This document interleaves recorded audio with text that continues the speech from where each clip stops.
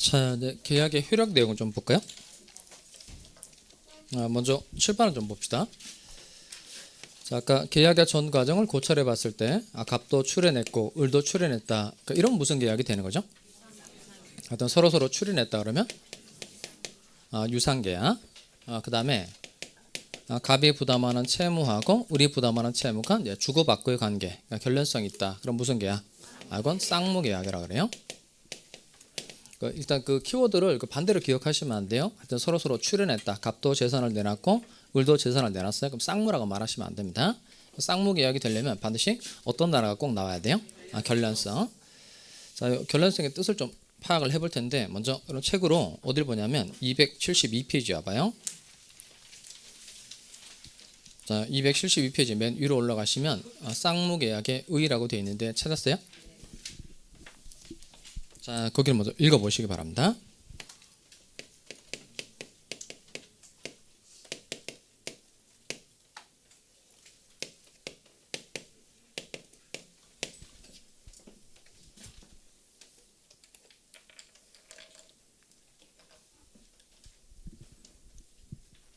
자, 한번 찍어보실까요? 그럼 건물에 대해서 을과 매매 계약을 체결한 겁니다. 그럼 갑은 을한테 뭘 해줘야 돼요? 건물 소유권을 이전해 줘야 되고 을은 이에 대해서 뭘 지급해 줘야 된다? 대금 지급해 줘야 돼요. 자, 그럼 이때 갑은 뭘 출연했죠? 건물. 을은 뭘 출연했어요? 대금. 그 서로 출연했으니까 이건 뭐가 되는 거예요? 유상계약. 자, 그다음 갑의 채무는 이제 위에 거예요. 건물 소유권 이전 채무. 을의 채무는 뭐죠? 대금 지급 채무인데 갑이 부담하는 채무하고 을이 부담하는 채무는 이제 결련성이 있다는 겁니다. 그러니까 아주 밀접한 연관성이 있으니까 이건 무슨 계약이라고 한다? 쌍무계약. 근데 이 결련성이라는 게 원래 일본 말이거든요. 일본말. 근데 아주 밀접한 연관성인데 결련성은 이게 결련성에 대응하는 우리나라 말이 없어요, 사실. 일본 말. 걔네들은 뭐 결련적이다 그러면 알아듣는단 말이에요. 근데 우리나라는 결련성에 해당되는 우리나라 말에 딱 들어맞는 말은 없단 말이에요. 대가적 의미를 가진다. 그것도 비슷은 한데 조금 이제 와닿지는 않고 아주 밀접한 연관성이다. 그럼 어느 정도 연관인지 좀 이렇게 느낌이 잘 오지 않는단 말이에요. 영어로 말하면 그래도 조금 나은데 결련성이라는 게 또 발음을 또 해야 돼서 발음 여러분 알아서 하시고요. 이건 뭐라고 읽어요? 그렇게 읽는단 말이에요. 이게 주고받고의 관계를 말하는 겁니다. 주고받고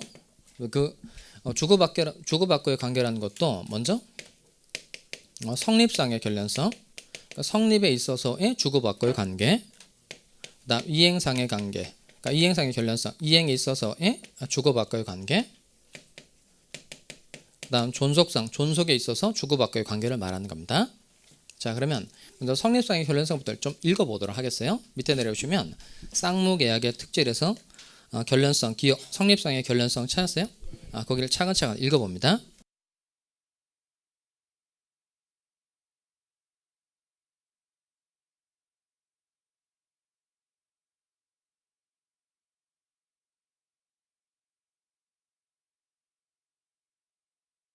자, 이건 내용 자체는 별게 없죠. 갑의 채무가 성립해야만 을의 채무도 성립한다는 관계입니다. 칠판 다시 올까요? 자, 갑의 건물 소유권 이전 채무가 성립해야만 을의 대금 지급 채무도 성립한다는 거예요. 그러니까 성립에 있어서 주고받고의 관계를 말하는 겁니다. 뭐에 있어서? 성립에 있어서 주고받고의 관계를 말하는 거예요. 그러면 갑의 채무가 성립해야만 을의 채무도 성립하는 관계, 이게 이제 성립상의 결련성이고, 그럼 뒤집어 말하면 갑의 의사표시가 무효 취소가 돼서 갑의 채무가 성립하지 않으면 을의 의사표시가 암만 완전 유효해도 을의 채무도 성립한다, 성립하지 않는다, 성립하지 않는다는 거예요. 그러니까 갑의 채무가 성립하기 때문에 을의 채무도 성립하는 관계라는 겁니다. 그 다음 이행상의 결련성 읽어볼까요? 이행상의 결련성, 이행에 있어서의 주고받고의 관계를 말하는 건데요. 이행상의 결련성이나 또 차근차근 읽어보세요.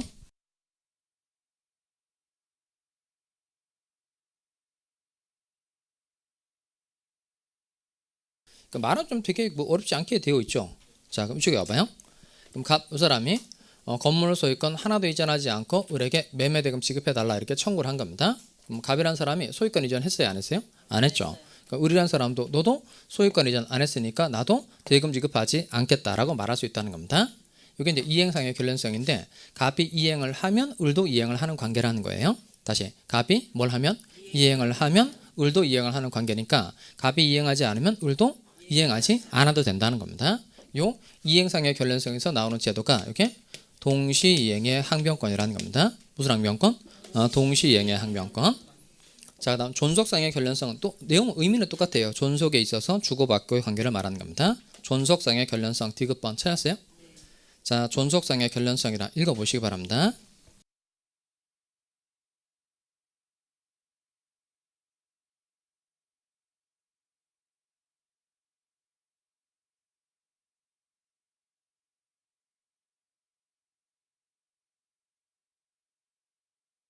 자, 이건 날짜를 좀 보셔야 되는데요. 칠판을 봅시다. 자, 1월 1일 날 매매 계약을 체결하고 3월 1일에 건물 소유권 이전하고 대금 지급하기로 정한 겁니다. 1월 1일 날 매매 계약 체결하고 3월 1일에 건물 소유권 이전 대금 지급하기로 정한 거예요. 자, 근데 문제는 뭐냐면 이게 그 존속상의 결론성은 존속에 있어서 주고받고 관계라는 겁니다. 뭐에 있어서? 존속에 있어서 주고받고의 관계를 말한다는 거예요. 그럼 내용이 지금 2월 1일에 이 동네 태풍이 불었어요. 이 동네 태풍이 불어서 갑의 건물이 완전 박살난 겁니다. 자, 그럼 태풍 불어서 건물이 완전 박살난 거예요. 그러면 지금 태풍 때문에 건물이 박살이 난 거니까 갑한테는 소유권 이전 못한 것에 대해서 갑에게는 잘못이 있어요, 없어요? 없죠. 그럼 이때 갑의 건물 소유권 이전 채무는 존속한다, 소멸한다? 소멸하는 거죠. 갑한테 잘못이 없는 거니까. 그다음 태풍 때문에 박살난 거니까 을에게도 잘못이 있어요, 없어요? 없죠. 그럼 을의 대금 지급 채무도 존속한다, 소멸한다? 소멸하죠. 그럼 갑의 채무도 소멸하고 을의 채무도 소멸하는 관계니까 이때는 요 갑이라는 사람은 결국 을한테 돈을 지급해달라고 청구할 수 있어요, 없어요? 없죠. 그럼 누가 손해보는 거예요? 갑이 손해보죠. 그럼 갑은 건물도 날려먹고 돈도 못 받으니까 갑이 위험을 부담했다 이렇게 말한다는 겁니다. 쌍무계약은 존속에 있어서도 주고받고의 관계라는 겁니다. 갑의 채무가 존속하기 때문에 을의 채무도 존속하는 관계니까 갑의 채무가 소멸하면 을의 채무도 같이 소멸한다는 거예요. 그 을의 채무가 소멸하니까 결국 갑은 을한테 대금 지급 청구할 수 있다, 없다? 없다. 그래서 이 존속성의 결론성에서 나오는 문제가 이게 위험 부담이라는 겁니다. 정리를 하면 이거예요. 이렇게 쌍무계약에만 나오는 특이한 문제가 두 가지인데 두 가지가 뭐라고요? 동시이행의 항명권하고 위험 부담. 요 동시항명권하고 위험 부담은 무슨 계약에서만 나오는 거예요? 쌍무계약에서만 나오는 겁니다. 다시 무슨 계약에서만 나온다? 쌍무계약에서만 나온다는 겁니다. 자, 그럼 이제 실제 그 조문에서 좀 확인을 좀 해보도록 하겠어요. 272페이지 밑으로 내려오시면 동시이행의 항명권 찾았어요? 거기 536조 조문 있죠. 536조 1항하고 2항으로 되어 있는데 1항만 한번 읽어보겠습니다. 쌍무계약에 찾았어요? 같이 읽어보겠어요. 시작.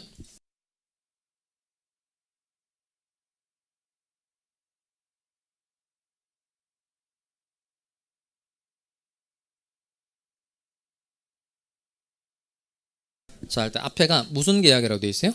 쌍무계약. 그러니까 사실 그게 포인트예요. 쌍무계약의 경우에 제목이 뭐죠? 동시이행의 항명권. 그러니까 쌍무계약인 경우에 어떤 제도가 나온다? 동시이행의 항명권 제도가 나온다는 겁니다. 또 넘어가 볼까요? 넘어가시면 274페이지. 자, 274페이지 537조 채무자 위험부담주의라고 되어 있죠. 무슨 주의? 채무자 위험부담주의. 자, 먼저 위험부담인데 얘도 제가 읽어보겠어요. 쌍무계약의 당사자 일방의 채무가 끊고 거기도 무슨 계약으로 되어 있죠? 쌍무계약. 그러니까 쌍무계약일 때 나오는 문제가 바로 뭐다? 위험부담. 그다음 양가로 3번 해볼까요? 양가로 3번. 양가로 3번은 채권자 위험부담주의죠. 무슨 주의? 채권자 위험부담주의. 자, 538조 1항인데요. 역시 쌍무계약의 당사자 일방의 채무가 끊고 여기도 무슨 계약이라고 되어 있어요? 쌍무계약. 자, 그럼 이쪽에 다시 봅시다. 이렇게 동시이행의 항명권하고 위험부담은 무슨 계약에서만 나오는 문제이다? 쌍무계약.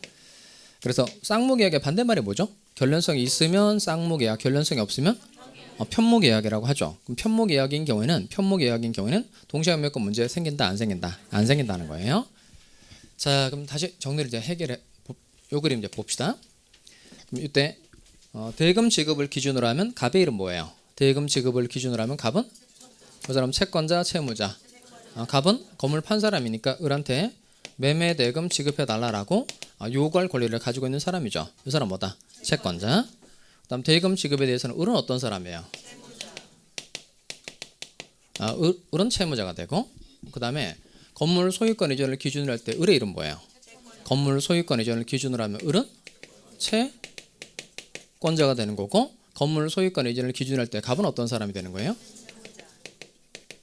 채무자. 그러니까 이게 그 쌍무계약 늘 이런 식이에요. 그러니까 어느 한쪽을 기준으로 하면 자기가 채권자고, 다른 한쪽을 기준으로 하면 자기가 어떤 사람이다? 채무자라는 겁니다. 즉 뭐도 있고 뭐도 있다는 거예요. 채권도 있고 채무도 있다는 뜻입니다. 다시 뭐도 있고 채권도 있고 채무도 있다는 거예요. 자, 그러면 갑하고 을이 1월 1일 날 매매 계약을 체결한 거예요. 여기가 계약 체결시고요. 3월 1일에 건물 소유권 이전하고 대금 지급하기로 정한 겁니다. 이게 이제 이행기예요. 자, 다시 계약 체결한 건 언제예요? 1월 1일. 건물 소유권 이전하고 대금 지급하기로 한 건 3월 1일. 자, 그러면 잘 따라오세요. 자, 지금 원래 두 가지 중에서 이제 대금 지급만 따로 떼서 살펴보자는 겁니다. 그럼 을의 대금 지급 날짜가 맞어요? 그러면 3월 1일 을의 대금 지급 날짜가 맞다. 이 말은 갑의 건물 소유권 이전 채무도 변제액에 맞다 놨다. 맞다는 거죠. 자, 근데 갑 이 사람은 대금 지급에 대해서는 어떤 사람이에요? 채권자. 그런데 건물 소유권 이전해 줄 뭐도 있다. 채무도 있다는 거예요. 갑 이 사람이 건물 소유권 이전해 주면서 을에게 매매 대금 지급해 줘. 이렇게 청구할 수 있어요, 없어요? 갑작에서 소유권 이전에 필요한 소를 을에게 주면서 매매 대금 지급해 달라라고 청구할 수 있다, 없다? 있어요. 뭐 이건 당연한데 문제는 이겁니다. 갑 이 사람이 자기는 건물 소유권 하나도 이전하지 않고 을에게 매매 대금 지급 청구할 수 있다, 없다? 이게 중요하단 말이에요. 그러니까 동시행명권은 첫 단추를 잘 깨야 돼요. 갑이 건물 소유권 하나도 이전하지 않고 을에게 매매 대금 지급 청구할 수 있다, 없다? 할 수 있다. 이게 일단 중요합니다. 다시 갑이 소유권 하나도 이전하지 않고 을에게 대금 지급 청구할 수 있다, 없다? 있어요. 자, 그럼 이때 요 을이 대금 지급에 대해서 이 사람 채무자 맞죠? 그러면 을이 매매 대금을 지급해 줄 채무를 지고 있는 건 맞는데 지금 갑이 소유권 이전 한 거야, 안 한 거야? 안 한 거죠. 그럼 을도 너도 소유권 이전 안 했으니까 나도 매매 대금 못 주겠다는 주장을 할 수 있다, 없다? 있죠. 이런 을의 권리의 이름을 동시 이행의 항변권이라고 한다는 겁니다. 을은 언제까지 매매 대금 지급을 거절할 수 있을까요? 을은 언제까지 매매 대금 지급을 거절할 수 있다? 네, 그렇죠. 그럼 갑이 소유권 이전 안 했으니까 을은 갑이 소유권 이전해 줄 때까지 대금 지급 거절할 수 있는 거죠. 그러니까 동시행명권은 네가 안 했으니까 나도 안 하겠다라고 말하는 권리입니다. 네가 안 했으니까 나도 안 하겠다. 즉 자기 채무의 이행을 거절하는 권리인데 자기 채무의 이행을 영원히 거절할 수 있는 거예요? 일시적으로만 거절할 수 있는 거예요? 일시적으로만. 자, 이게 동시행명권의 가장 기본적인 내용입니다. 다시 흰색 잘 따라오세요. 흰색이 대금 지급인 거예요. 그럼 갑이 소유권 이전 해줘야 됨에도 불구하고 소유권 이전하지 않고 을에게 일단 대금 지급 청구는 할 수 있다, 없다? 있다. 근데 지금 요 을의 대금 지급 채무뿐만 아니라 갑의 건물 소유권 이전 채무도 변제액에 맞어요, 안 왔어요? 맞죠. 그런데 갑은 이행을 한 거예요, 안 한 거예요? 안 한 거니까 을이란 사람이 갑 너도 소유권 이전 안 했으니까 나도 매매 대금 못 주겠다 이런 주장을 할 수 있다, 없다? 있다는 겁니다. 그러니까 이런 을의 권리의 이름을 뭐라고 한다? 동시 이행의 항변권이라고 한다는 거예요. 자, 여기까지가 흰색이에요. 여기까지 흰색.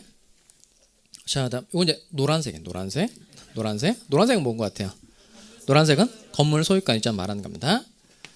자, 먼저 을의 건물 소유권 이전 날짜가 왔어요. 을의 건물 소유권 이전 날짜가 왔다는 겁니다. 그러면 요 을의 갑의 건물 소유권 이전 날짜가 왔어요. 그러면 을의 대금 지급 채무도 변제액에 왔다, 안 왔다? 왔다는 겁니다. 그럼 지금 보려고 하는 건 위에 거예요. 건물 소유권 이전 이것만 이제 따로 떼서 보자는 겁니다.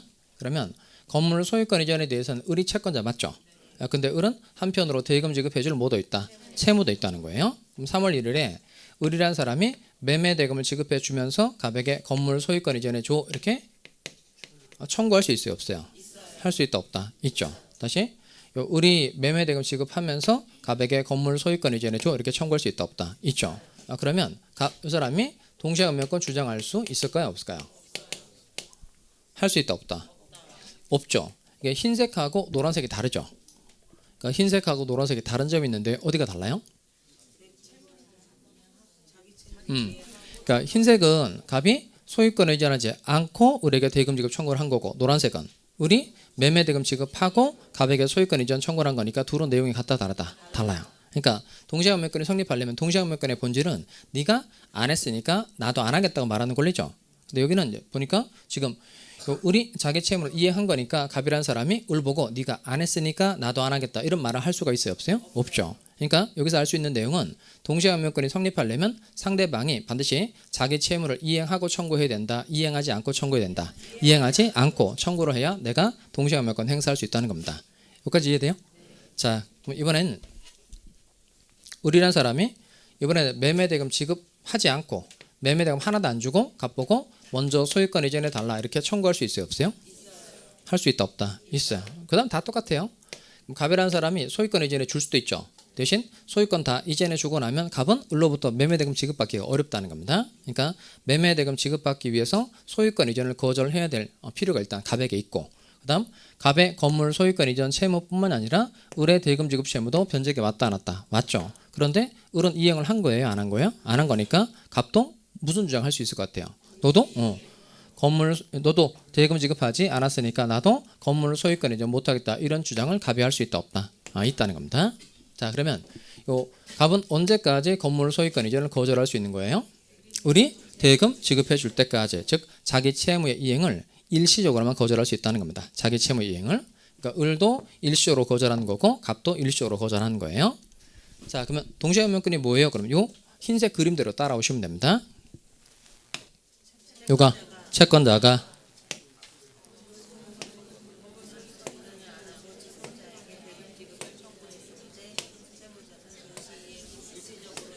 여기 따라올 수 있겠어요? 자, 다시 누가 채권자가 건물 소유권 이전하지 않은 거잖아요. 일반적인 용어로 바꾸시면 됩니다. 채권자가 자기 채무를 이행하지 않고, 다시 채권자가 자기 채무를 이행하지 않고 누구에게? 채무자에게 이행을 청구한 경우, 다시 누가?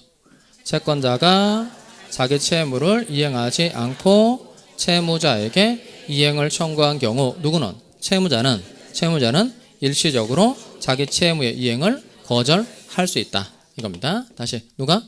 채권자가 자기 채무를 이행하지 않고 채무자에게 이행을 청구한 경우 누구는? 채무자는 일시적으로 자기 채무의 이행을 거절할 수 있다. 자, 여기까지. 자, 이걸 좀 써봅시다. 272페이지로 가세요. 272페이지.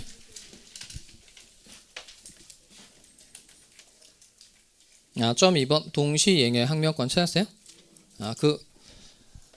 여백에 조금 쓸만한 공간이 부족할 거예요. 한 3줄 정도 쓸 예정인데 아예 보조단 여백에다가 활용해서 좀 써보시기 바라요. 동시행항명권 해서 먼저 불러드리겠습니다. 채권자가 자기 채무를 이행하지 않고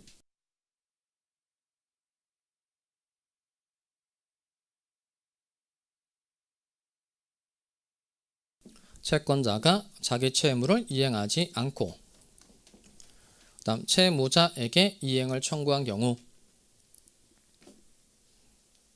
채권자가 자기 채무를 이행하지 않고 채무자에게 이행을 청구한 경우 채무자는 일시적으로 자기 채무의 이행을 거절할 수 있는 권리. 채무자는 일시적으로 자기 채무의 이행을 거절할 수 있는 권리.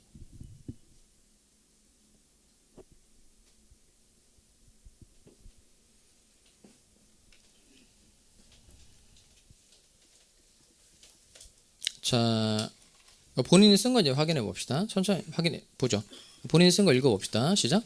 채권자가 자기 채무를 이행하지 않고 채무자에게 이행을 청구한 경우 누구는? 채무자는 일시적으로 자기 채무의 이행을 거절할 수 있는 권리이다. 그럼 제일 중요한 단어 하나만 골라보세요.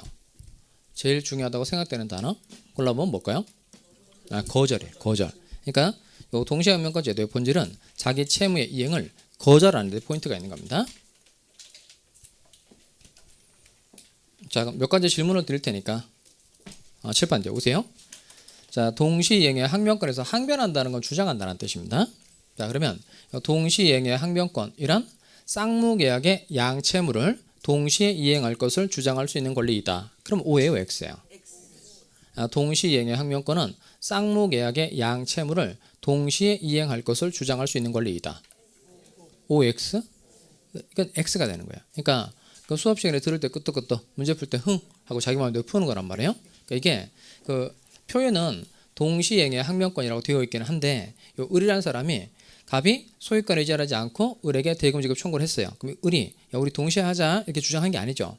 네가 안 했으니까 나도 안 하겠다라고 말하는 게 동시에 항명권인 겁니다. 즉 자기 채무의 이행을 뭐하는 거 거절하는 거 이게 항명권 제도의 본질인 거지. 지금 건물 소유권 이전하고 대금 지급을 한 날 동시에 하자 이렇게 주장하는 권리가 아니에요. 그러니까 표현은 동시행의 항명권이라고 되어 있어도 이해는 자기 채무의 이행을 뭐하는 권리 거절하는 권리로 이해하셔야 된다는 겁니다.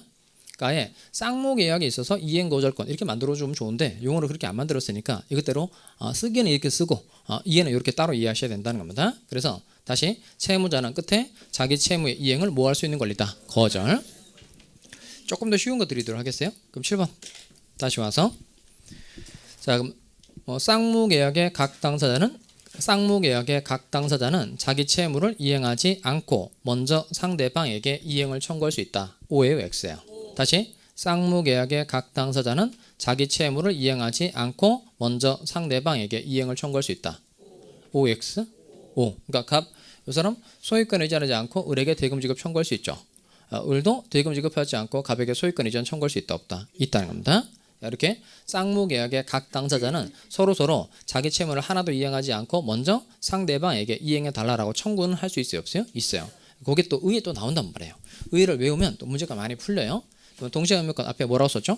채권자가 자기 채무를 이행하지 않고 채무자에게 이행을 청구한 경우 한 경우. 그러면 채권자는 자기 채무를 이행하지 않고 채무자에게 이행을 청구할 수 있다 없다? 있다는 말인 겁니다. 이해돼요?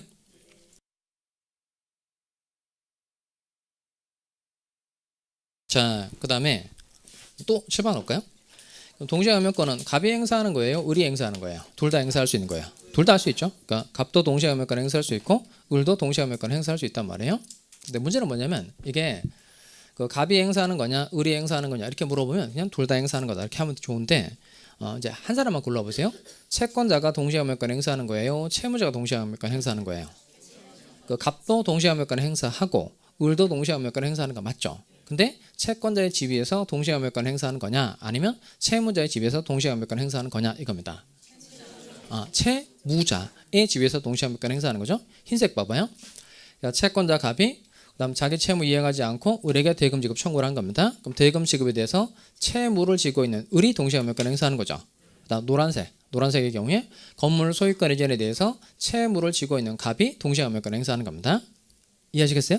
그러니까 갑도 행사하고 을도 행사하는 건 맞는데 채권자가 행사하는 거다, 채무자가 행사하는 거다. 채무자 이것도 의에 나와요. 다시 보세요. 채권자가 자기 채무를 이행하지 않고 채무자에게 이행을 청구한 경우 누구는? 채무자는 이렇게 되죠. 채무자는 자기 채무의 이행을 거절할 수 있는 권리이다. 이렇게 의를 꼭 외우기 바랍니다. 그래야 문제를 하나하나씩 풀어가는데 유리하게 되니까 꼭 암기해 두세요. 자, 그럼 7번을 볼까요? 자, 아까 원래 내용이 이거예요. 그러니까 지금 동시항명권은 무슨 계약할 때 나오는 거예요? 쌍무계약. 그러면 두 개를 여쭤봅시다. 임대차 계약의 경우에는 동시항명권 문제가 생긴다 안 생긴다? 임대차 계약. 그러니까 임대차 계약이 쌍무계약이라면 동시항명권 문제 생기죠. 그럼 쌍무계약은 아까 뭐가 있는 걸 말한다 그랬죠? 결련성. 그럼 이 결련성이 있는지 없는지 알아보려면 아주 쉽게 이렇게 생각하시면 돼요. 네가 안 하면 나도 안 한다. 이렇게 말할 수 있으면 결련성이 있는 거예요. 네가 안 하면 나도 안 한다. 이렇게 말할 수 있으면 결련성이 있는 거예요. 그러면 임대차 계약 같으면 지금 임대인은 사용수익 하게 해줘야 되고 임차인은 차임 줘야 된단 말이에요. 그럼 임대인은 이 차임 안 주면 건물을 쓰지 못하게 하겠다 이렇게 주장할 수 있죠. 임차인도 건물을 쓰지 못하게 하면 돈 안 주겠다 이런 주장할 수 있으니까 네가 안 하면 나도 안 한다 이런 주장을 할 수 있으니까 뭐가 있는 거예요? 결련성이 있는 거죠. 결련성이 있으니까 임대차 계약은 무슨 계약이다? 쌍무계약. 쌍무계약이니까 동시항명권 문제 생긴다 안 생긴다? 생긴다는 겁니다. 증여계약은 동시항명권 문제 생긴다 안 생긴다? 안 생기죠. 그러니까 건물 증여해주는 건 대금 안 받고 건물 공짜로 넘겨주기로 약속하는 거니까 갑만 소유권 이전 채무라는 걸 부담하고 이에 대응하는 을의 채무라는 것 자체가 있어요 없어요? 없어요. 그러니까 이런 경우에는 위험부담 문제 동시항명권 문제 생긴다 안 생긴다? 안 생긴다는 거예요. 자 그러면 정리를 해보면 먼저 동시항명권이 성립하려면 갑하고 을이 체결한 계약이 일단 이런 계약이 돼야 돼요. 무슨 계약이어야 한다? 쌍무 계약이어야 한다는 겁니다. 무슨 계약이어야 한다? 쌍무 계약. 그다음 두 번째, 상대방 채무에 요게 도래해야 돼요. 뭐가 도래해야 된다? 변제기가 도래해야 된다는 겁니다. 다시 누구의 채무? 상대방의 채무가 뭐에 도래해야 된다? 변제기에 도래해야 된다는 겁니다. 그러니까 을이 동시염유권 행사하려면 을 자기 채무뿐만 아니라 갑의 채무가 변제기에 도래해야 된다는 뜻입니다. 그다음 갑도 동시염유권 행사할 수 있죠. 그럼 갑의 건물 소유권 이전 채무뿐만 아니라 을의 대금 지급 채무도 변제기에 도래해야 된다는 거예요. 그러니까 너의 채무도 변제기에 왔는데 네가 이행하지 않았으니까 나도 이행하지 않겠다고 말하는 게 이 제도의 본질이니까 누구의 채무가 변제기에 도래해야 된다? 상대방의 채무가 변제기에 도래해야 되고요. 그다음 상대방이 자기 채무의 이행 또는 이행 제공을 하고 청구해야 돼요? 하지 않고 청구해야 돼요? 하지 않고 청구를 해줘야 된다는 겁니다. 자, 그게 오른쪽 성립요건입니다. 오른쪽 성립요건 찾았어요? 자, 성립요건 첫 번째. 이거 반드시 외우셔야 돼요. 자, 첫 번째 무슨 계약일 것? 쌍무 계약일 것. 그 다음 두 번째 상대방 채무에 뭐가 도래할 것? 변제기가 도래할 것. 그 다음에 세 번째 누가? 상대방이 자기 채무의 이행 또는 이행 제공을 하고 청구해야 된다. 하지 않고 청구해야 된다. 하지 않고서 이행을 청구해줘야 된다는 겁니다. 여기 세 개 외울 수 있겠어요? 자, 다시. 자, 동시염유권 칠판 보시고. 동시염유권은 뜻이 뭐죠?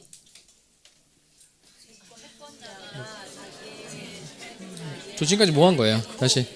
자, 누가? 채권자가 자기 채무를 이행하지 않고 채무자에게 이행을 청구한 경우 누구는? 채무자는 일시적으로 자기 채무의 이행을 거절할 수 있는 권리이다. 자, 그 다음 이때 동시염유권이 성립하려면 세 가지 요건에 갖춰줘야 돼요. 먼저 첫 번째는 갑하고 을이 체결한 계약은 무슨 계약일 것?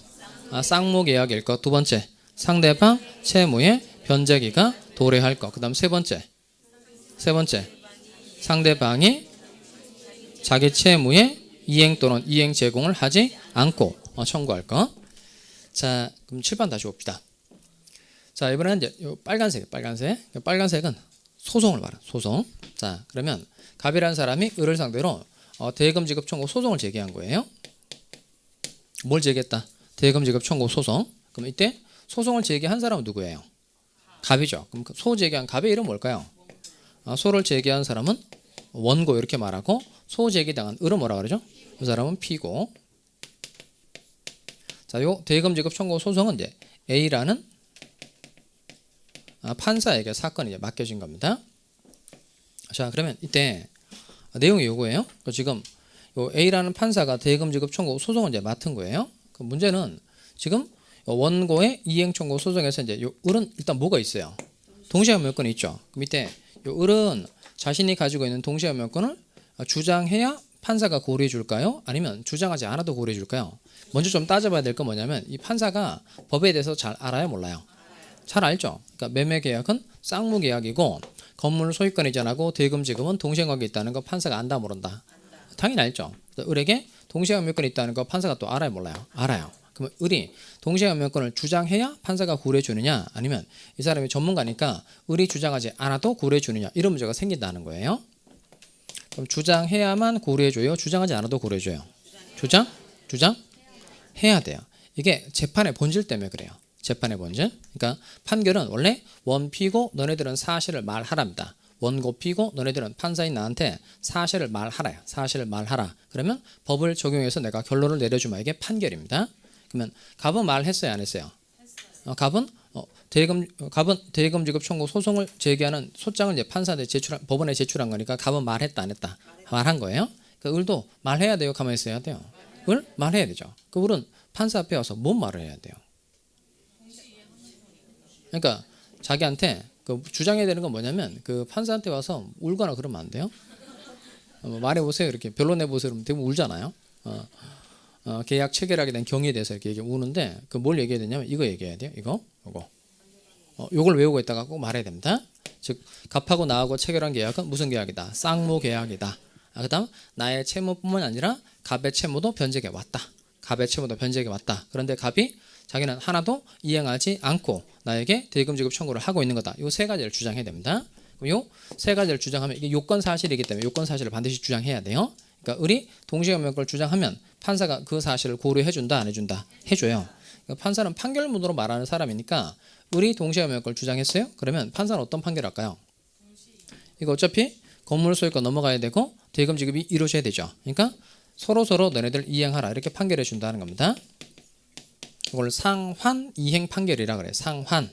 서로 이행하라는 판결을 내려준다는 겁니다. 무슨 판결? 상환 이행 판결을 내려준다는 거예요. 자, 그럼 7번 다시 봅시다.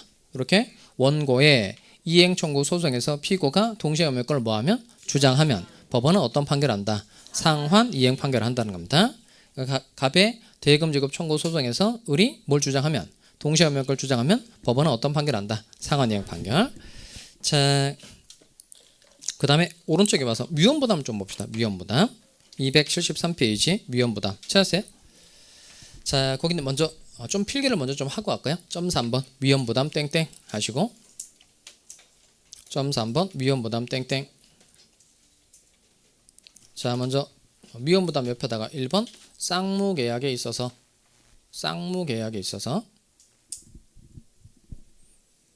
그다음 2번 채무자의 책임 없는 사유로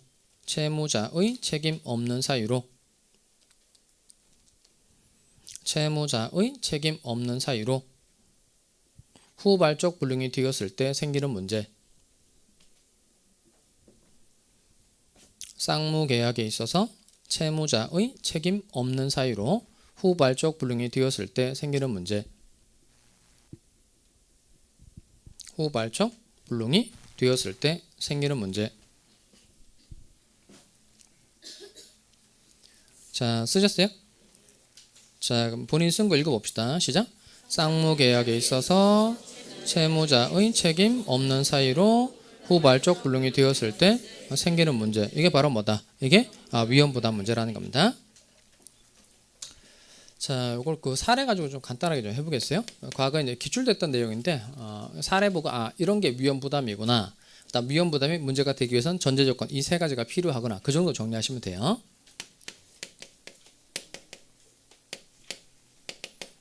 이 사람이 자기가 키우던 황소 한 마리를 을한테 팔았어요.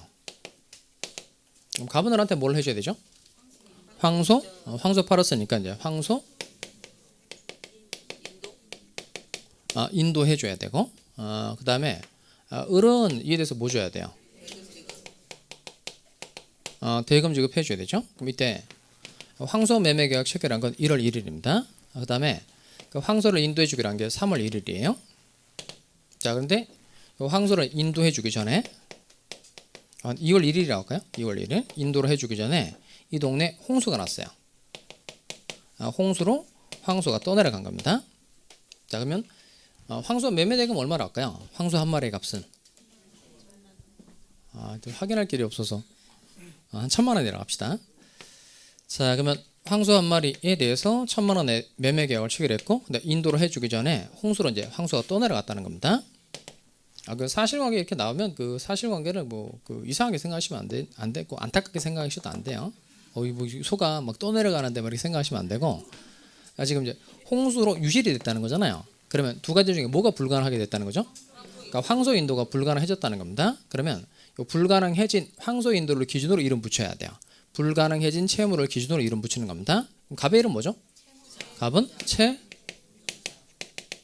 채무자. 그다음 요 황소 인도를 기준으로 하면 을은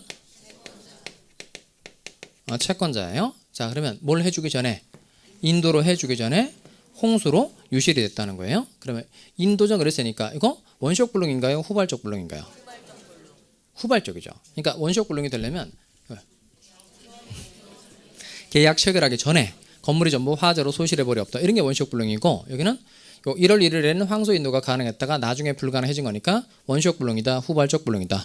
후발적 불능. 그 다음에 홍수로 유실이 됐어요. 그러니까 홍수로 유실이 됐으니까 황소 인도를 못한 것에 대해서 채무자 갑에게 귀책 사유가 있어요, 없어요? 귀책 사유 있다, 없다? 없죠. 그러니까 채무자의 책임 있는, 없는? 없는 사유로 후발적 불능이 됐다는 겁니다. 자, 그러면 요 갑의 황소 인도 채무는 존속해야 될까요? 소멸해야 될까요? 실제 이런 일이 생겼어요. 이게 존속한다 잃어버리면 이상한 결과가 되는 거죠. 그러니까 이런 일이 생겼을 때에도 갑의 황소 인도 채무가 존속한다 잃어버리면 갑부가 어떻게 하라는 뜻이죠? 그 콩수로 그 소 떠내려가는데 그 막 잡으러 가라는 뜻이잖아요. 그러니까 갑한테 아무런 잘못이 없는 거니까 갑의 황소 인도 채무는 존속한다, 소멸한다, 소멸. 그다음 을의 대금 지급 채무도 존속하는 거예요. 을의 대금 지급 채무도 소멸하는 거예요. 이건 존속해야 되는 거예요. 아까 이쪽에 보면 그 쌍무 계약의 경우에는 존속상의 결련성이 있다는 겁니다. 뭐가 있다? 존속상의 결련성. 즉 갑의 채무가 존속하기 때문에 을의 채무도 존속하는 관계니까 갑의 채무가 소멸하면 을의 채무도 같이 뭐 해주죠? 소멸. 그럼 결국 갑은 을한테 대금 지급 청구할 수 있다 없다? 없죠. 그럼 누가 손해봐요? 갑이 손해보죠? 그럼 갑이 어떤 손해를 보죠? 그렇죠. 갑이 요 황소도 떠내려갔죠. 근데 중요한 건 뭐냐면 홍수로 그랬으니까 황소가 자기한테 아무런 잘못이 없는 사유로 떠내려갔음에도 불구하고 을한테 매매대금 지급받을 수 있다 없다? 없다는 겁니다. 그럼 결국 요 매매대금 지급받지 못하는 불이익을 위험이라고 그래요. 그러니까 위험을 채무자인 갑이 부담했다 이렇게 표현한다는 겁니다. 자 그러면 매매계약은 무슨 계약이죠? 결련성이 있으니까 무슨 계약? 쌍무계약. 그 다음에 요 홍수로 그랬으니까 이거 채무자의 책임 있는 사유다 없는 사유다? 홍수 그랬으니까 채무자의 책임 있는 없는? 없는 사유로 무슨 불능이 됐을 때 후발적 불능이 되었을 때 생기는 문제가 바로 뭐다? 위험부담이라는 겁니다. 그럼 쓴 거 다시 한번 확인해 보세요. 자 위험부담 아까 뭐 썼죠? 무슨 계약에 있어서? 쌍무 계약에 있어서 그 다음 채무자의 책임 있는 없는? 없는 사유로 무슨 불능이 되었을 때 후발적 불능이 되었을 때 생기는 문제가 바로 뭐다? 이게 위험부담이라는 겁니다. 자 그럼 또 좀 내용을 좀 모아 봅시다. 자 아까 계약은 뜻이 뭐라 그랬죠? 계약.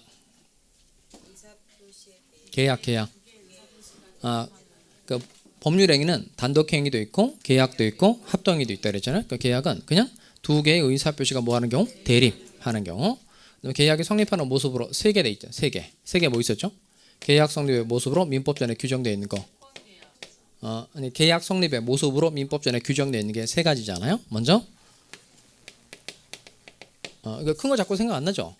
계약 성립 모습, 청약과 승낙의 의사표시의 합치 이거 있었고 두 번째 의사 실현에 의한 계약 성립 그다음 교차 청약에 의한 계약 성립. 자 이렇게 각각 계약이 성립했어요. 그러면 계약의 효력으로 이건 그 지난번에 배웠던 법률행위 성립 요건하고 효력 요건을 연결하면 금방 끝나요. 그러니까 법률행위는 중요한 특징이 당사자가 뭐한 대로 의혹한 대로 법률 효과가 생긴다 그랬죠. 그러려면 무슨 요건과 무슨 요건을 갖춰야 돼요?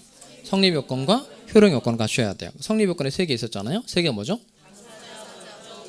이제 뭐 이 정도는 뭐 그냥 껌이죠. 그냥 당사자, 목적, 의사표시. 그다음 효력 요건 첫 번째가 당사자가 능력 세 가지 갖추는 거죠. 권리 능력, 행위 능력, 의사 능력 갖추고 그다음 두 번째 법률행위 목적이 확정성, 가능성, 적법성, 사회적 타당성. 세 번째 의사와 표시가 뭐하고 일치하고 하자가 없을 것. 자 그러면 요 성립 요건하고 효력 요건을 갖추면 당사자가 뭐한 대로 의혹한 대로 법률 효과가 생긴다는 겁니다. 다만 이 계약 중에서 이제 민법이 계약법에서 별도로 규정하고 있는 건 무슨 계약의 효력, 쌍무 계약의 효력에 대해서 별도로 규정하고 있는데 요 쌍무 계약의 효력과 관련해서 나오는 제도가 두 가지인데 두 가지가 뭐라고요? 동시이행의 항명권하고 위험부담. 동시이행의 항명권하고 무슨 부담? 위험부담. 자, 이 두 가지는 무슨 계약에서만 나온다? 쌍무 계약. 자, 여기까지 해두고요. 그다음 채무자 위험부담주의, 채권자 위험부담주의는 좀 쉬었다가 설명하도록 하겠습니다.